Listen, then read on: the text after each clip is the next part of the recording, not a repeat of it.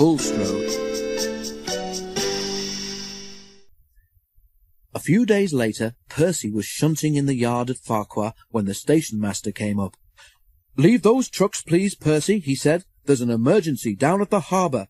The Fat Controller wants you to go and sort it out straight away." "But Toby can't," began Percy. "Never mind that," the station master said. "The Fat Controller needs you double quick. Leave us to worry about the shunting." He hurried away to make the arrangements.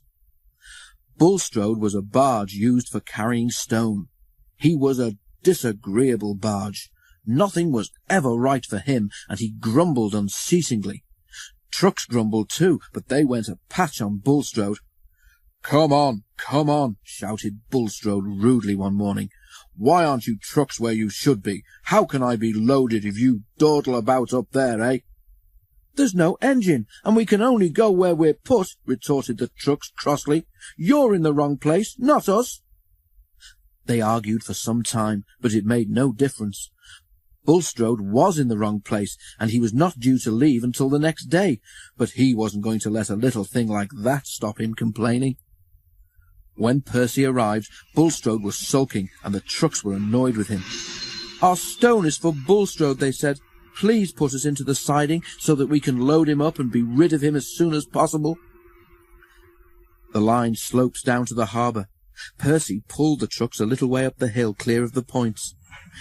As he stopped, one of the truck's brakes slipped on. When Percy began to push, the truck started with a jerk, and a coupling broke. 4 loose trucks, heavy with stone, gathered speed.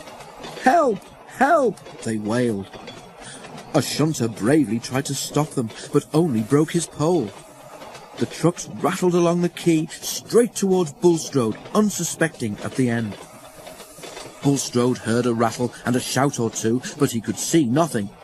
The first he knew of anything wrong was when 4 loaded stone trucks shot, one by one, off the end of the quay to bury themselves in his hold. "Oof!" he exclaimed.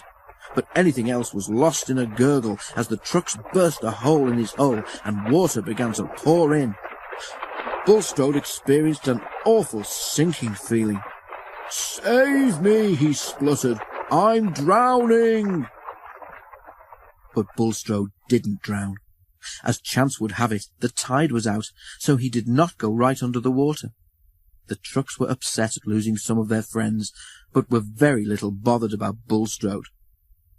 Nothing but a nuisance he was, they said to each other, always barging in and moaning about not being loaded fast enough. They sniggered. This time he got his load faster than he bargained for. Serves him right, if you ask us. Percy was kept busy for some time afterwards clearing up the mess. When the remains of the trucks had been lifted out of the water, he took them to the scrapyard while workmen rescued what stone they could. As for Bulstrode, when everything else had been cleared, his remains were towed to a nearby beach where they could do no harm. Now children play happily among the wreckage. If Bulstrode is still grumbling, as I expect he is, the children take no notice.